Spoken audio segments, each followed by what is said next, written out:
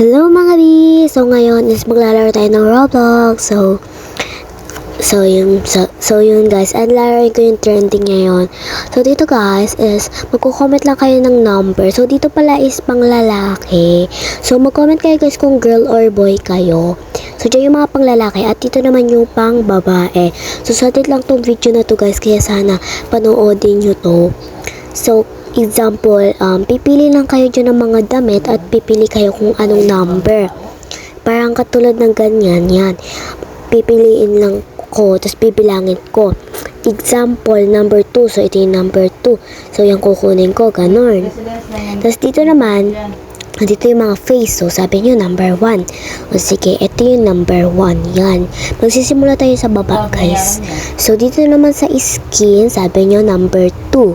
So, pili natin number 2. Yan. So, mag-comment lang kayo, guys. And, sabihin nyo kung ano yung number ng damit nyo. Ganon. Ang buhok nyo. Tapos, dito naman, guys, mga pang-babae na damit. And, yan. So, kunyari, number 5. So, yan yung number 5. Tapos, next, punta na tayo sa last part. Kwarto. So, pipilihan din kayo kung anong kwarto na na gusto nyo. Sino ba to? Yan sana yung pipiliin ko. Eto, guys. Napili ko to. Pero, paano maupo dito? Wala, na-stuck ako, guys. Wait lang, paano dito? Wala, paano to? Wala. Oh my God, na-stuck ako. Ayun. So, may cellphone din pala siya.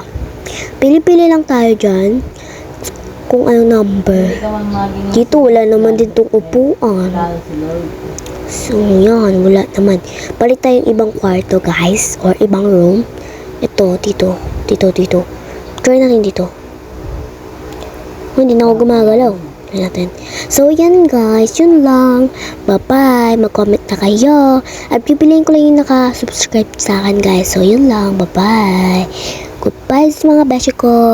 Yun lang.